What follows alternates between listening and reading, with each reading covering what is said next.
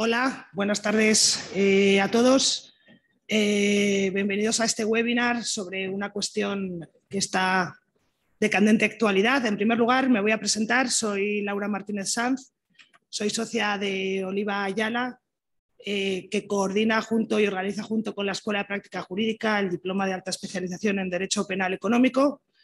Y al hilo y al amparo de este curso, que comienza el 21 de octubre, hemos considerado interesante organizar esta webinar sobre este tema que comentamos que es de gran actualidad y en relación con la responsabilidad penal de las personas jurídicas. Las investigaciones internas constituyen una herramienta esencial de los programas de cumplimiento normativo y, en suma, es una gran herramienta de defensa penal de las personas jurídicas. La implantación de un sistema eficaz de supervisión y detección de los delitos redundará siempre en la defensa de la empresa y frente a los riesgos de imputación penal. No obstante, la búsqueda de esta eficacia en la supervisión empresarial ha de conciliarse con el absoluto respeto de los derechos fundamentales y básicamente y el tema de hoy va a girar alrededor de los derechos fundamentales de los empleados cuando se ven involucrados en una investigación interna. Vamos a analizar en el webinar de hoy los contenidos y las implicaciones de la mano de la última jurisprudencia penal sobre los programas de cumplimiento normativo y este respeto a los derechos fundamentales. Y lo vamos a hacer con Rafael Alcácer Guirao, que es socio de Oliva Ayala. Rafael es profesor titular de Derecho Penal de la Universidad Rey Juan Carlos.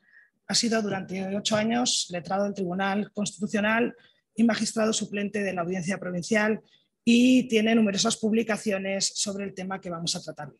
Sin más preámbulos, Rafael, te doy la palabra. Muchas gracias por estar con nosotros y adelante, cuando quieras. Muchas gracias, Laura. Pues sí, efectivamente, sin más preámbulo, vamos a empezar directamente con el objeto de la sesión de hoy, que de algún modo quiere ser introductoria de lo que sería el contenido y los objetivos del curso de alta especialización en Derecho Penal Económico, que organiza efectivamente Oliva Ayala Abogados conjuntamente con la Escuela de Práctica Jurídica. Y en ese afán pues hemos buscado un tema que pudiera, por una parte, estar de actualidad, es decir, que estuviera vivo en la discusión doctrinal y jurisprudencial, y un tema que fuera relevante para uno de los temas quizá nucleares del derecho penal económico actual, que es la responsabilidad penal de las personas jurídicas y la derivación necesaria por imposición imposición o sugerencia, enfática sugerencia del legislador, que es el desarrollo de programas y modelos de cumplimiento normativo en las empresas. El concreto objeto de la sesión, como está ya anticipado, como ha sido anticipado por Laura y figura en la propia convocatoria, es los problemas o la delimitación y concreción que el empresario, que una persona jurídica, tiene que establecer a la hora de diseñar e implementar una herramienta tan relevante, efectivamente, como decía Laura, para la defensa de la persona jurídica y para la prevención de riesgos penales, como son las investigaciones internas. No voy a, por supuesto, no os haría intentar siquiera agotar el tema o desarrollar todas las implicaciones y derivaciones del tema, porque es un tema muy amplio y que además está poco desarrollado jurisprudencial y doctrinalmente. Doctrinalmente ha tenido mayor desarrollo que jurisprudencialmente, como suele ocurrir, sino que lo único que quiero es dar unas pinceladas para situarnos en dónde estamos, es decir, cuáles son los aspectos que la jurisprudencia hasta el momento ha clarificado ya, o podemos considerar más o menos asentados, y cuáles son aquellos o algunos de los muchos puntos o materias abiertas o cuestiones todavía o sobre las que todavía pues, hay un halo de incertidumbre por cuanto no están debidamente clarificadas en doctrina y jurisprudencia. Dos pinceladas también sobre el objeto y la necesidad de estas investigaciones internas. Como ha mencionado Laura Martínez Sanz, es una herramienta necesaria no tanto de un programa en sentido estricto de cumplimiento normativo, pero sí aunque puede incorporarse protocolos de investigación interna en estos programas de cumplimiento normativo, algo diré al respecto con posterioridad, como del propio hacer o quehacer de la persona jurídica en su actividad de defensa frente a riesgos penales. El propio legislador, en el artículo 31 bis, nos orienta hacia esa necesidad cuando, por ejemplo, establece como un requisito necesario o como un requisito determinante de la, llamemos, calidad de un programa o de un modelo de cumplimiento normativo, el que, y como consecuencia, una circunstancia de exención de responsabilidad, que con anterioridad a la comisión del delito, cito textualmente, se haya adoptado y ejecutado eficazmente un modelo de gestión que incluya medidas de vigilancia y control idóneas para prevenir delitos. Las investigaciones internas obviamente responden a esta finalidad y por tanto sí, sitúan al empresario en la necesidad de reaccionar frente a sospechas con estas herramientas, con estas medidas de vigilancia y control. En otro pasaje de este amplísimo artículo 31 bis, en las que podemos denominar circunstancias atenuantes, también se alude a la necesidad de implementar estas herramientas cuando, por ejemplo, y es solamente un panorama muy genérico de lo que el Código Penal establece, cuando a la hora de describir la circunstancia de colaboración con la investigación de los hechos, establece la necesidad de aportar pruebas nuevas y decisivas. Pruebas nuevas y decisivas y mecanismos idóneos y eficaces. Esa reiterada exigencia del legislador, ya digo, que impone al empresario la necesidad de desarrollar estas herramientas de vigilancia y control y además de hacerlo de modo eficaz. ¿Qué sea o qué deba entenderse por esa eficacia? Es una de las cuestiones a las que quiero referirme. Pero antes de nada, por ceñir y circunscribir el objeto de la sesión, ya decía que no me quiero ocupar de todo lo que conlleva o de todo lo que podría entenderse como investigación interna o de todas las herramientas propias de una investigación interna, sino únicamente de aquello que quizás ha sido más desarrollado por la jurisprudencia. Cuando digo más desarrollado por la jurisprudencia, realmente estoy hablando de 3 o de 4 sentencias, porque no hay más, obviando o dejando en el tintero otros aspectos muy relevantes. Voy a concretar la sesión en las facultades y límites que tiene el empresario para acceder a las herramientas de producción que proporciona al trabajador y concretamente al ordenador y al correo electrónico. Ya digo que este es el aspecto que más controversia ha generado y que más se ha desarrollado en la discusión jurisprudencial, y voy a dejar, ya digo, fuera de la discusión a otros aspectos tan relevantes como la utilización de otras medidas que pueden también afectar a la intimidad o medidas que pueden afectar al derecho de defensa, como pueda ser la discusión acerca de las entrevistas o interrogatorios a trabajadores en el desarrollo de esa investigación interna, que tiene sus propios problemas, pero que queda fuera, ya digo, del objeto de lo que quiero compartir hoy. Insisto, el legislador exige que estos sistemas de control sean eficaces. Y el problema de la eficacia es ese que ya Laura ha mencionado, de la tensión con los límites que los derechos fundamentales de los trabajadores imponen a la búsqueda de esa eficacia. Porque, y eso tiene que ver con el título de la sesión, esa encrucijada en la que se encuentran las investigaciones internas entre la búsqueda de la mayor capacidad preventiva o la mayor capacidad investigadora, la mayor capacidad de obtención de elementos de juicio y el respeto y los límites que demarcan el respeto de los derechos de los trabajadores.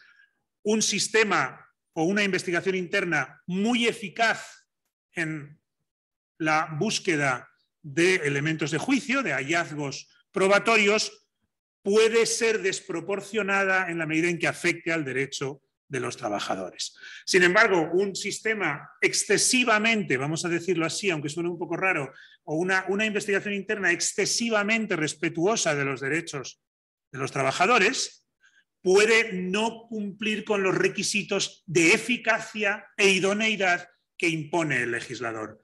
Y en ese equilibrio es donde tiene que moverse una investigación interna que podemos llamar eficiente, es decir, que busque un término medio, una ponderación razonable entre la eficacia y el respeto a esos derechos. Porque ¿cuáles son los riesgos? Son, creo que, conocidos, pero no está de más enfatizarlos porque vamos a trabajar sobre ellos a continuación. ¿Cuáles son los riesgos de una investigación, digamos, excesivamente eficaz, que menoscabe, que lesione derechos fundamentales de los trabajadores? Más allá de otros riesgos de índole reputacional, más allá de demandas en el orden civil de protección de derechos fundamentales o laboral, lo que más nos interesa son dos consecuencias propias del plano procesal penal o penal sustantivo, como es, en primer lugar, el riesgo de la nulidad probatoria, el riesgo de que se entre en aplicación el artículo 11.1 de la Ley Orgánica del Poder Judicial y la regla de exclusión de la prueba obtenida con esas investigaciones internas, con lo cual todo el sentido de esa investigación interna o parte del sentido de esa investigación interna podría verse frustrado. Y la otra consecuencia negativa, el otro riesgo que asume el empresario cuando aspira a la eficacia en esa investigación interna es, obviamente, quizá también la posible condena por un delito de descubrimiento y revelación de secretos, un delito contra la intimidad del artículo 197. Delito del que puede ser responsable tanto el empresario individual, el oficial de cumplimiento, si ha dirigido él la investigación, como la propia empresa, en virtud del artículo, no recuerdo si es el 198, la verdad, podríamos buscarlo, que establece la responsabilidad penal de la persona jurídica como en los casos de descubrimiento y revelación de secretos. Pues bien, la última jurisprudencia a la que quiero circunscribir el análisis o la exposición, que son 3 sentencias recientes, encarna y muestra paradigmáticamente estos riesgos. Son 3 sentencias recientes que precisamente en lo que consisten es en la aplicación ya de la regla de exclusión probatoria del artículo 11 de la Ley Orgánica del Poder Judicial, ya de la confirmación de la condena a un empresario por un delito de descubrimiento y revelación de secretos. Concretamente, hay 2 sentencias, la 489 del año 2018, de la que fue ponente don Antonio del Moral, y una sentencia muy reciente, 56 del año 22, de enero de este año, concretamente de 24 de enero de este año, de la que ha sido ponente el magistrado Hernández, Javier Hernández, que confirman, bueno, en el primer caso aplican y en el segundo caso confirman la aplicación de la regla de exclusión probatoria, con la consecuencia de que la condena en la 489 a un trabajador, un directivo de la empresa por un delito de apropiación indebida, fue declarada nula, fue casada la sentencia condenatoria de instancia y declarada nula porque la condena se había basado en el acceso inconsentido y lesivo de su derecho a la intimidad de su ordenador y no pudo utilizarse esa prueba por su nulidad para fundar esa condena. La segunda sentencia o la tercera sentencia relevante es la sentencia del Pleno de la Sala Segunda del Tribunal Supremo 328-2021, de la que ha sido ponente el presidente de la Sala Segunda, Manuel Marchena, en la que se confirma la condena a un empresario por el acceso ilícito al ordenador de un trabajador con cuyo resultado, es decir, tras la injerencia en el ordenador, en el correo electrónico de este trabajador, se obtuvieron indicios de un delito de hurto, de delitos contra el patrimonio empresarial, y eso motivó una querella contra este trabajador. Pues bien, el empresario fue condenado por un delito de descubrimiento y revelación de secretos por ese acceso ilícito al ordenador del trabajador. Estas sentencias tienen la virtud de clarificar algunas de las discusiones o algunas de las cuestiones que se venían discutiendo en la doctrina. Voy a dividir lo que me queda de exposición en dos bloques. Uno, los aspectos que han sido clarificados por esta sentencia, y dos, como anticipaba, la mención solamente de algunas cuestiones abiertas que están todavía pendientes de concreción. Tres aspectos, podrían ser más, de hecho tengo alguno más, pero voy a dejarlo en tres. Tres aspectos que podemos considerar clarificados por la jurisprudencia, por más que la doctrina discrepe de algunos de estos aspectos. El primero, relacionado con la regla de exclusión probatoria. Si tuviéramos que hacer un titular, sería: la regla de exclusión probatoria es plenamente aplicable a las investigaciones internas, es decir, a la actividad del empresario, a la actividad de la empresa. Estas sentencias, la 489-2018 y la 56-22, constituyen un espaldarazo, si se quiere decir así, una confirmación, una ratificación de la doctrina, de la llamada doctrina Falciani, que fue desarrollada por el Tribunal Supremo en la 116-2017, con arreglo a la cual la regla de exclusión probatoria, la regla de ilicitud de la prueba por vulneración de derechos fundamentales, no quedaba constreñida a la vulneración de derechos realizada por los cuerpos y fuerzas de seguridad del Estado, sino que también era extensible a los casos en que era un particular quien menoscababa, quien lesionaba el derecho fundamental.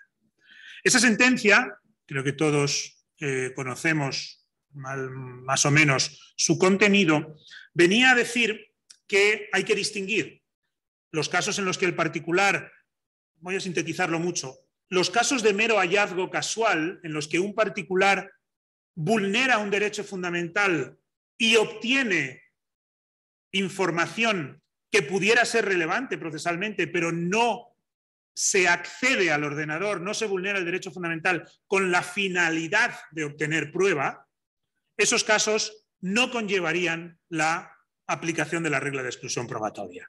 Dicho en afirmativo, cuando el particular menoscaba un derecho fundamental, vulnera el derecho a la intimidad, accede a un ordenador con el fin de buscar elementos probatorios que después van a ser utilizados en un juicio de cualquier índole, entonces será aplicable la regla de exclusión probatoria.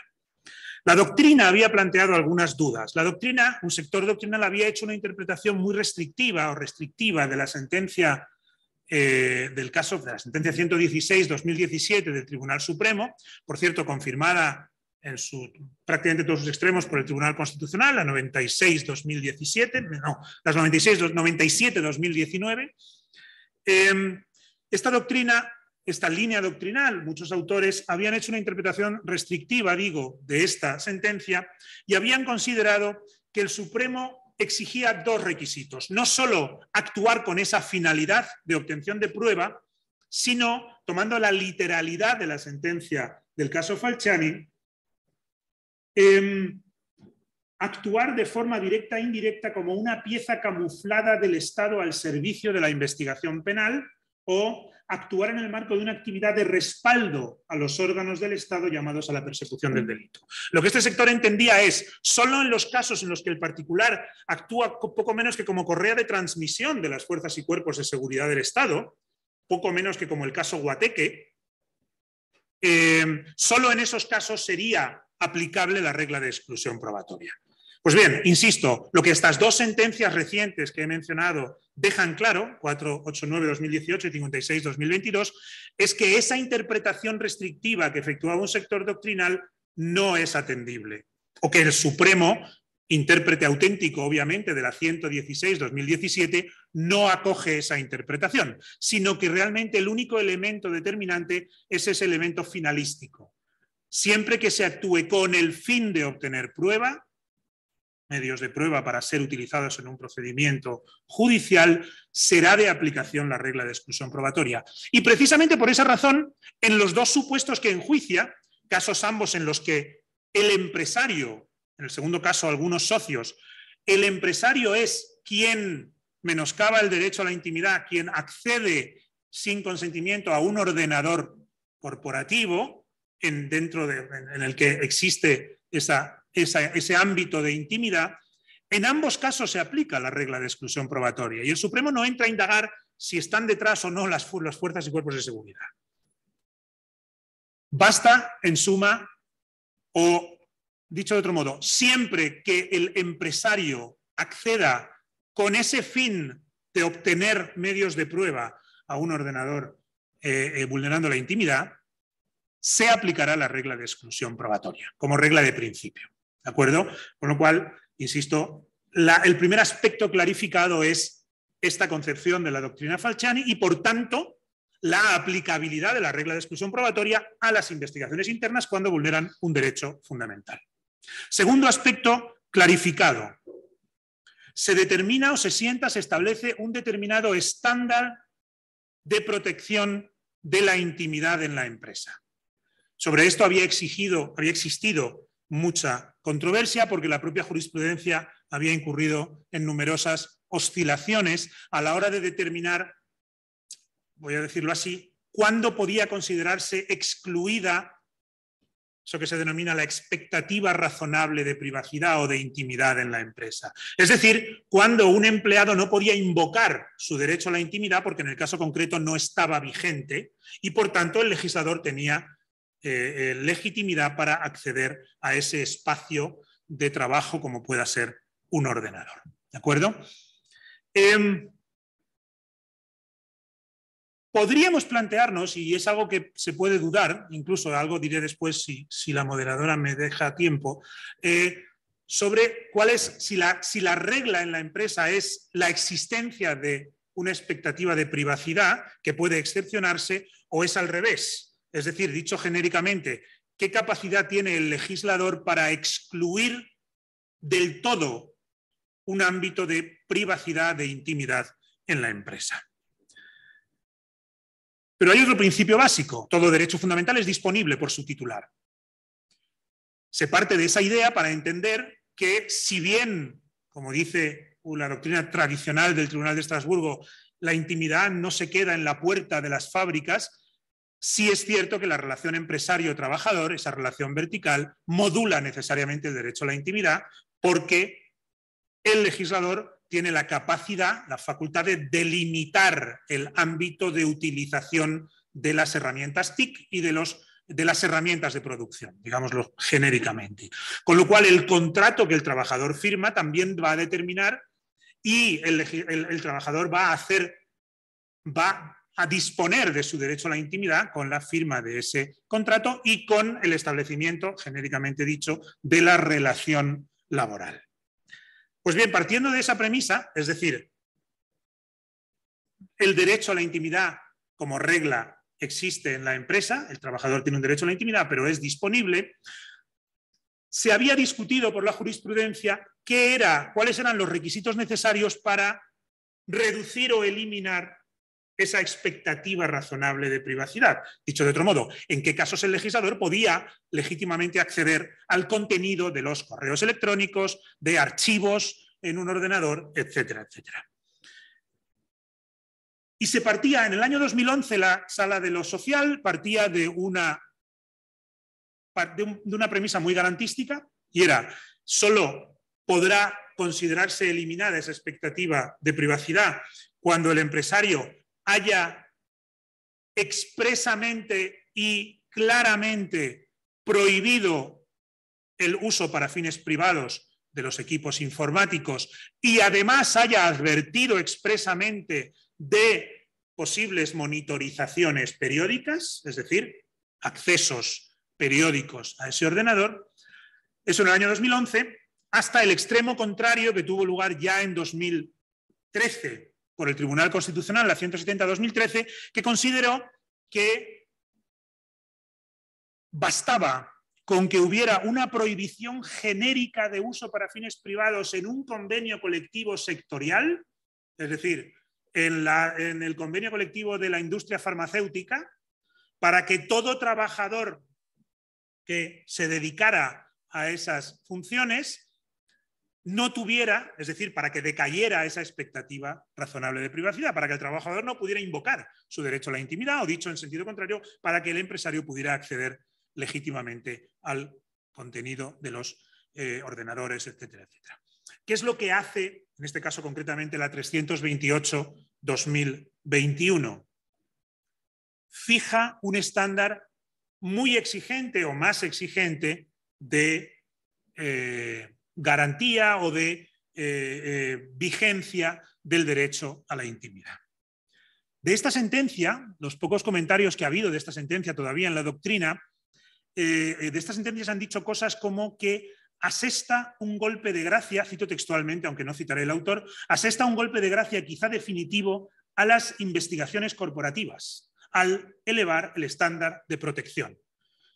Lo que viene a decir este comentario es: el Tribunal Supremo ha puesto un estándar de protección tan alto, ha impuesto exigencias tan elevadas al empresario, que dificulta notablemente esa eficacia en las investigaciones internas de la que hablábamos, porque va a ver reducida su capacidad de acceder al contenido de los equipos informáticos, etcétera, etcétera. ¿De acuerdo? Pues bien, podemos discutir sobre eso. Yo ahora voy a entender, o acto seguido, pondré en duda esa afirmación tan categórica.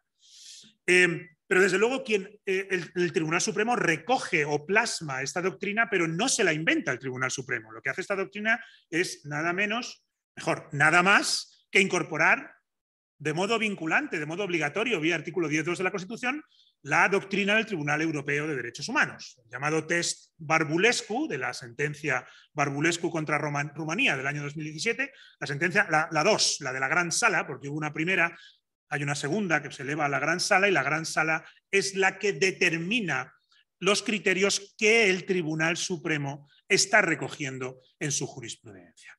Con lo cual, en todo caso, hay que dar al César lo que es del César. Es Estrasburgo el que impone esos criterios. ¿Y qué es lo que hace o cuáles son esos criterios? Los mismos que la Sala de lo Social, como he anticipado, tenía ya incorporados en su doctrina originaria. Lo que se establece es, para que se elimine completamente esa expectativa de privacidad, tienen que darse dos requisitos cumulativos. Uno, tiene que existir una completa prohibición para uso personal de los equipos informáticos, es decir, tiene que informarse al trabajador, y además claramente y por escrito y periódicamente, de que no puede utilizar, de que no puede albergar intimidad en los equipos informáticos, que no puede tener archivos personales en los equipos, que no puede utilizarlo para otros fines que no sean los laborales, y además tiene que haber advertencias periódicas sobre la posibilidad de la monitorización. ¿De acuerdo? Solo cuando se den ambos requisitos cumulativamente, o al menos así ha interpretado a Estrasburgo la sentencia, por ejemplo, 489-2018 de Antonio del Moral, son los dos requisitos nucleares, solo cuando se den ambos requisitos cumulativamente podrá afirmarse que decae toda expectativa de privacidad en la empresa, en el uso de los equipos informáticos. ¿De acuerdo? Y de hecho, la sentencia 328-2021 invoca o desarrolla el supuesto de hecho. En el desarrollo del supuesto de hecho recuerda mucho a lo que dijo la sentencia 170-2013 del Constitucional. La sentencia del Supremo, del Pleno del Supremo, dice: es cierto que en el convenio colectivo existía una prohibición para uso personal, pero eso no es suficiente para eliminar la expectativa de privacidad. Lo que sí era suficiente para el Constitucional del año 13 no es suficiente para la Sala Segunda, vía Estrasburgo, en la actualidad. ¿De acuerdo? Tercer elemento, y voy un poco mal de tiempo, como suele pasar, que puede considerarse clarificado. ¿Tengo tiempo? Vale. Esta es una cuestión menor, pero es una cuestión en la que se había dado algunas vueltas y creo que es bueno que se haya clarificado también. Hay otra sentencia, la que es la cuarta sentencia que se ha pronunciado sobre estas cuestiones, intimidad en la empresa en el ámbito jurídico penal, que es la 528-2014, de la que fue ponente José Manuel Maza, que introdujo vía, digamos, en un óbice, digamos, al margen de la ratio decidendi, una consideración muy rotunda y que ha sido interpretada de distintas maneras, que ha generado cierta controversia en la doctrina. Lo que venía a decir es, por más que en el plano laboral, es decir, por más que lo que diga, por más que de acuerdo con la Sala Cuarta del Tribunal Supremo, en el ámbito penal, decía esta consideración de Maza, en el ámbito penal nunca puede menoscabarse el derecho al secreto de las comunicaciones. Se distinguía, como es obvio, entre el derecho al secreto de las comunicaciones y el derecho a la intimidad, y decía, el derecho a la intimidad sí puede ser legítimamente menoscabado o se puede haber ingerido por el empresario, pero nunca el derecho al secreto de las comunicaciones. ¿Por qué? Porque el 18.3 establece una protección reforzada que exige que siempre deba existir autorización judicial como vehículo de legitimación o de legitimidad para el acceso al secreto de las comunicaciones. Esto era tremendo. Esto sí que suponía un golpe de gracia para las investigaciones internas, porque primero había que distinguir, yo creo que esto sigue siendo necesario, entre secreto de las comunicaciones e intimidad. Y entrábamos en esas disquisiciones sobre si el correo ya estaba abierto y leído o si el correo no estaba abierto. En el segundo caso, secreto de las comunicaciones, en el primero, derecho a la intimidad, con la complejidad que conlleva distinguir uno de otro. Pero además lo que decía es, el empresario nunca va a poder acceder a correos cerrados, en ninguna circunstancia. Olvidémonos de criterios de proporcionalidad, bajo ninguna circunstancia, porque siempre será necesaria autorización judicial. Si el empresario quiere acceder a un correo electrónico cerrado, tiene que llamar a la puerta del juez, con todo lo que implica. ¿De acuerdo? Una denuncia, una querella, etcétera, etcétera. Pues bien, esto se clarifica también. Estas sentencias, en particular la 489-2018, pero con más énfasis quizá la 328-2021, abandonan esta línea. Y abandonan esta línea en el siguiente sentido, que además creo que es muy razonable. Si es posible afirmar que el derecho fundamental es disponible, tanto uno como otro, todos los derechos fundamentales son disponibles, y es por tanto posible afirmar que en determinadas circunstancias, cuando se den estos dos requisitos, puede decaer del todo esa expectativa razonable de privacidad, eso lo mismo puede ocurrir respecto del derecho al secreto de las comunicaciones, no solo respecto de la intimidad. Lo que dice el 18.3 es, para menoscabar un derecho fundamental vigente, obviamente, es decir, concurrente en el supuesto de hecho, tiene que existir autorización judicial. Pero si decae toda expectativa de secreto de las comunicaciones, porque el legislador ha dicho, ojo, no puedes usar tu correo para fines privados y puedo y voy a acceder periódicamente a tu correo y estas son las circunstancias en las que vas a trabajar, entonces puede afirmarse también que decae, igual que decae el derecho a la intimidad, y en el caso concreto no existiría, no estaría vigente, puede decaer también de igual modo el secreto de las comunicaciones. Esta es la línea que en la actualidad asume el Tribunal Supremo. Abandona esa línea tan radical de la 528-2014 y digamos que unifica el tratamiento de ambos derechos fundamentales. Esto me lleva a una primera conclusión. Yo creo que no es un golpe, esta sentencia, la 328-2021, no es un golpe de gracia para las investigaciones internas. Lo que sí obliga es al legislador, si quiere tener la posibilidad de realizar investigaciones internas, vamos a llamarlo así, eficaces, al legislador, al empresario, qué manía, el empresario se tiene que ver obligado a incorporar esas exigencias establecidas en el test Barbulescu, esos dos requisitos nucleares, que son eliminar toda facultad para fines privados del correo y advertir con claridad y reiteración de la existencia de monitorizaciones periódicas. De ese modo, entiendo que igual que antes bastaba que existiera una prohibición en un convenio colectivo, en la actualidad eso se refuerza, pero eso sigue estando dentro de las facultades del legislador. El legislador puede establecer ese mayor requerimiento o esas mayores limitaciones al trabajador, de modo que decaiga esa expectativa. Es decir, que el trabajador no tenga una expectativa legítima de privacidad que pueda invocar y oponer a la investigación interna. Ese sería el consejo para el empresario. Si tú quieres poder realizar investigaciones internas con cierto grado de eficacia, tienes que acoger las exigencias propias del test Barbulescu y establecer esa prohibición y esas advertencias de monitorización. Y muy sintéticamente, telegráficamente, 3 aspectos al menos de los muchos que hay no clarificados. El primero ya lo he advertido. ¿Es posible eliminar realmente toda expectativa de privacidad en la empresa? ¿Es posible, es legítimo, es legalmente posible que el legislador con estos requerimientos prohíba todo ejercicio de la intimidad, prohíba el uso de archivos, o sea, prohíba el uso del ordenador para albergar archivos personales y prohíba la utilización del correo corporativo para otros menesteres que no sean los propios del ámbito estrictamente laboral? Porque si llegamos a la conclusión de que no es posible, entonces no decae en ningún caso esa expectativa de privacidad y el legislador se verá limitado por el ejercicio del derecho fundamental a la intimidad de los trabajadores en todo caso. 3 pinceladas. La propia sentencia Barbulescu, después de decir lo que dice, aunque la sentencia Barbulescu es compleja de interpretar, dice también que las instrucciones del empresario no pueden reducir a cero la vida privada social en el trabajo. Parece que está prohibiendo al legislador o impidiendo que el legislador llegue hasta ese extremo.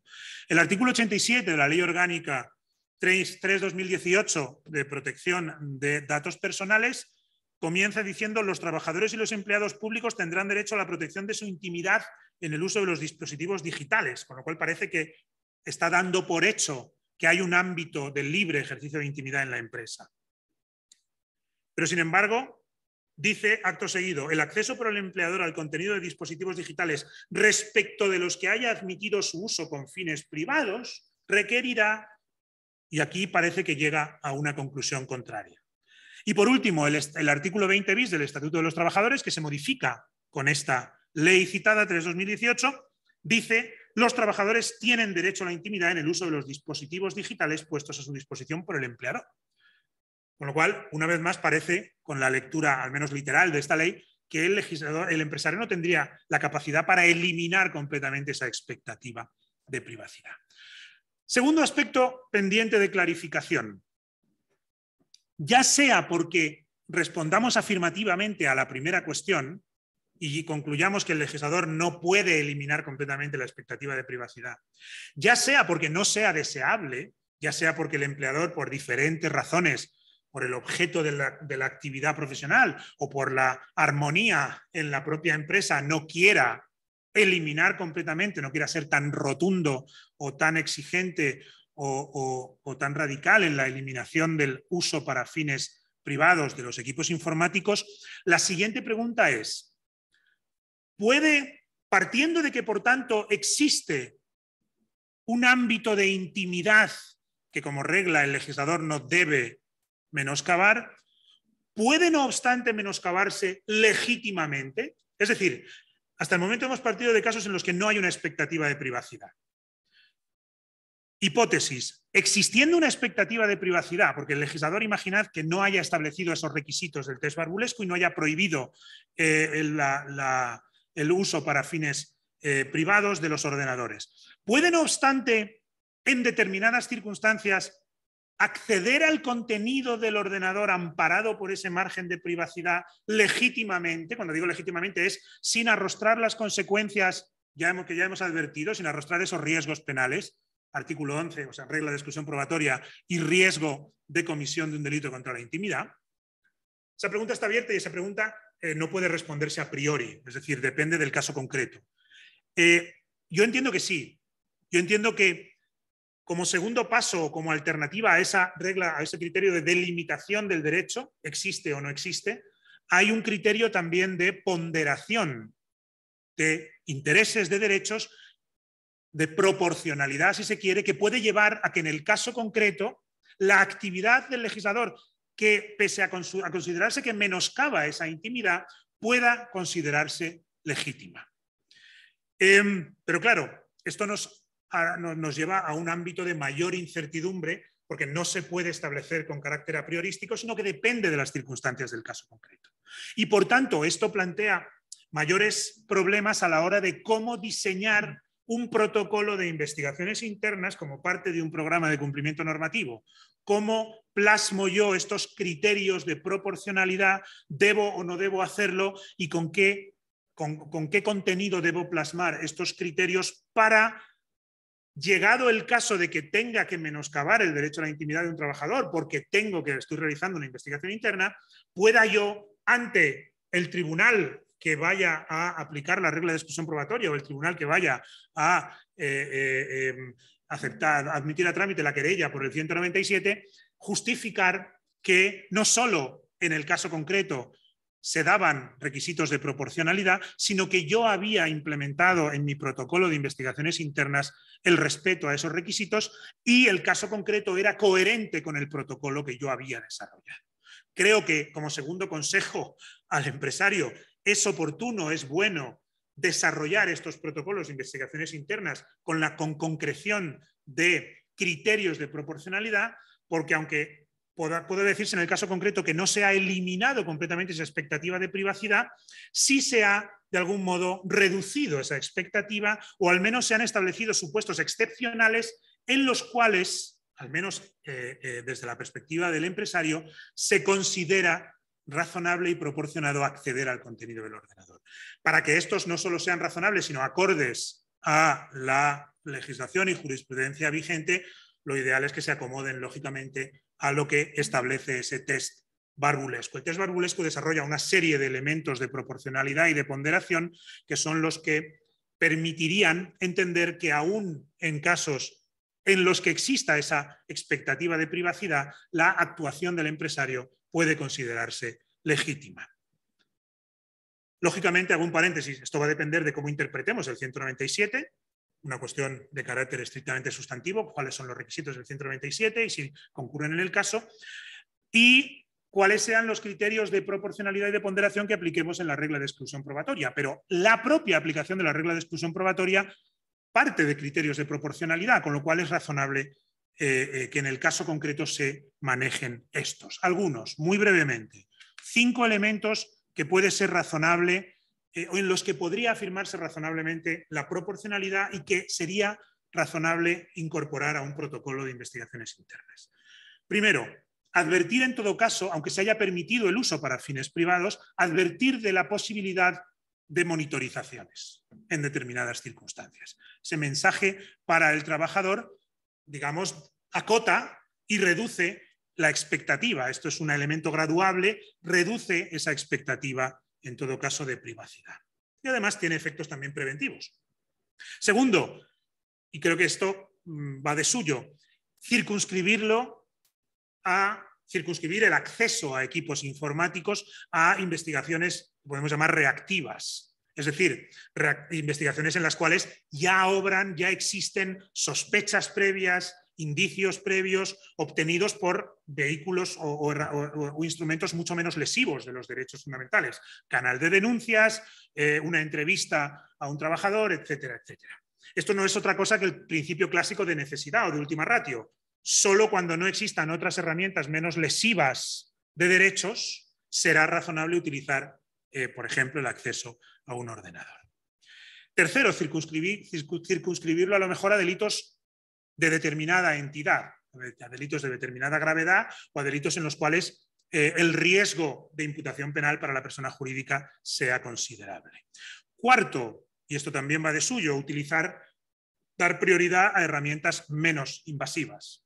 Esto sabemos de lo que hablamos, búsquedas ciegas, programas de búsqueda selectiva, palabras clave, etcétera, etcétera. No será lo mismo el menoscabo de la intimidad con estas herramientas que el menoscabo de la intimidad cuando se accede al contenido completo de los correos electrónicos, etcétera, etcétera. Y quinto, y esto es una regla de cierre, pero que es quizá la prioritaria, excluir todo acceso o toda supervisión, esto va un poco más allá del acceso a los ordenadores, que pueda entenderse contraria a la dignidad. Esto está establecido en el propio Estatuto de los Trabajadores, la distinción entre una esfera laboral y una personal. La sentencia Roper, por un ejemplo, la sentencia López-Rivalda contra España, Estrasburgo legitimó el uso de cámaras ocultas sin previa información al trabajador precisamente en virtud de criterios de proporcionalidad, cuando existían sospechas de que un grupo de trabajadoras, concretamente trabajadoras, en un supermercado, me parece, estaban sustrayendo con cierta periodicidad bueno, pues bienes que estaban a la venta. Eso puede ser legítimo porque en el caso concreto era proporcionado, pero nunca sería proporcionado, nunca sería legítimo utilizar esas cámaras ocultas en los vestuarios, en los servicios. Ahí hay un componente vinculado directamente a la intimidad que nunca permitiría considerar proporcionada la injerencia por el empresario en el derecho fundamental. Y lo voy a dejar aquí porque llevo 3/4 de hora. Muchas gracias. Muchas gracias, Rafa. Desde luego, convendréis conmigo en que es un tema interesantísimo. Si queréis formular alguna pregunta, lo podéis hacer a través del chat, pero yo me voy a adelantar y sí que querría hacer una pregunta al profesor Alcácer, y es que, dado que está circunscrita la reflexión de hoy a la invasión de los correos electrónicos, los criterios que recoge la sentencia Barbulescu y que es conveniente aplicar a los protocolos de investigaciones internas, valdrían igual cuando no es que se haga de ese correo corporativo un uso personal, sino lo que se instala es en el correo, en el propio ordenador, un correo particular, un Hotmail, un Gmail, en el que ya, claro, evidentemente la protección entiendo que es mayor, la de la intimidad, en un correo que no tiene un dominio corporativo. Sí. La respuesta es depende, como siempre, nunca falla si dices depende, ¿no? De hecho, por ejemplo, la sentencia 32821, el objeto, o sea, el supuesto de hecho es precisamente ese. El empresario, condenado por derecho a la intimidad, por vulneración del derecho a la intimidad, accedió no solo al correo corporativo, ¿de acuerdo?, sino a la cuenta de correo, llámalo personal, que había insertado, que había descargado, como se diga, en el ordenador corporativo. Y claro, aquí la cuestión es dónde o cuál es la esfera de intimidad. Porque en función de cómo configuremos los usos permitidos del ordenador, la esfera de intimidad puede ser mayor o menor y más o menos rígida. Si hay una prohibición total de utilización del ordenador corporativo para fines privados y se advierte expresamente, por ejemplo, de que no se permite, como ocurre en muchas empresas, no se permite, también por razones de seguridad, virus, etcétera, no se permite la descarga, utilización de ninguna aplicación que no sea proporcionada por el empresario, ni cualquier aplicación que tenga un uso personal, etcétera, etcétera, etcétera. Y además se advierte de que puede haber monitorizaciones también sobre toda aplicación de redes sociales o de comunicación bilateral que pueda haberse descargado el trabajador. Yo entiendo que ahí la expectativa de intimidad desaparecería también en relación con el correo personal, en virtud de la aplicación de estos criterios. Si no está tan concretado, imaginad que tenemos un empresario bueno, moroso en el desarrollo de estos protocolos, de estas guidelines, y no concreta estos términos, sino que sencillamente hay una prohibición genérica de uso del correo para fines privados, pero no se dice nada al respecto de aplicación de otras, utilización de otras aplicaciones. Ahí la duda, ahí no podríamos afirmar con tanta rotundidad que decae toda expectativa de privacidad respecto de la injerencia en ese correo personal. Pero una cosa sí está clara, y esa es otra de las cuestiones que clarifican estas sentencias, aunque yo creo que estaba ya claro, pero la 489 sí lo desarrolla expresamente. El análisis sobre la vulneración de la intimidad se hace siempre ex ante, no ex post, no en función de lo que descubramos, no en función de la realidad ex post, sino en función de la realidad, de lo que se determina ex ante. ¿Qué quiero decir con esto? Si se accede a una carpeta o se accede a un ordenador sobre el que no pesaba una prohibición de uso personal, el acceso ya es una vulneración de la intimidad. Con independencia de que aquello a lo que se haya llegado, por ejemplo, se permite el uso del ordenador, de la cuenta de correo corporativa para fines personales, ¿vale? Un uso moderado, el trabajador hará un uso moderado, tal. Si rige esa expectativa de privacidad, el legislador no puede decir, el empresario no puede decir, no, es que yo accedí al correo, pero solo abrí un correo que ponía no sé qué, no sé cuántos, te envío las facturas. Y claro, resulta que lo que había era una foto de una chica desnuda. Pero claro, yo en principio, ahí la expectativa de privacidad rige desde el minuto 1. Y igual de modo contrario, imaginad que imaginad que hay un hallazgo de hechos claramente delictivos en un correo que aparentaba cierto grado de privacidad porque era de uso personal, porque estaba dirigido a su mujer y realmente era el trabajador vendiéndole productos a la competencia a cambio de una comisión, ¿vale? Y decía, querida, ¿vale? El acceso a ese contenido es lesivo de la intimidad, con independencia de que lo que se haya obtenido es relevante para la empresa, no afecta a la esfera más íntima del sujeto porque sea una cuestión profesional o laboral, etcétera, etcétera. Esa expectativa es siempre ex ante. Pero el ámbito de la intimidad va a depender también de los límites que establezca el legislador. Claro, es que yo creo que muchas veces nos encontramos con que el empresario no es tan proceloso en el desarrollo de las advertencias al trabajador, ¿no? Tal y como lo has desarrollado, a mí me cuesta entender que cualquier trabajador o cualquier empresa haya advertido con tanta minuciosidad o con tanto detalle de todas aquellas cuestiones que debe saber el trabajador para que no se vulnere su intimidad, con lo cual yo creo que como conclusión una de las advertencias o consejos al empresario es cuando vaya usted a realizar una investigación. ¿El qué? No está encendido, ¿eh? No, me refiero a que sería conveniente advertir al empresario que cuando vaya a iniciar una investigación interna, antes de llevar a cabo cualquier actuación, como se hace en otros aspectos, últimamente ya se informa o se les da la oportunidad muchas veces a los entrevistados en las investigaciones internas de contar con la asistencia de un letrado.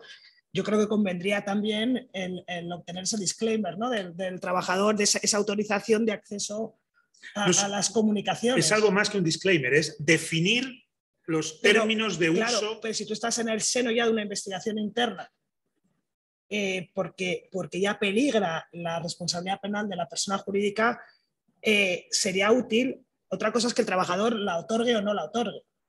La autorización al trabajador para poder acceder. Si el trabajador consiente, claro, entonces decae esa expectativa de privacidad porque el derecho es disponible. Sería recomendable, dado que creo que no muchos empresarios tienen todas esas advertencias en sus comunicaciones al empleado, el poner de manifiesto que si no lo hacen así o no lo tienen así previsto, no podrán utilizar lo que encuentren de cara a las conclusiones de la investigación interna. Claro, por eso era importante el fijar con antelación ese uso. Y por eso la regla es la existencia de un derecho a la intimidad. Si el legislador no excepciona, la regla es que rige un derecho a la intimidad en la utilización de cualquier equipo TIC.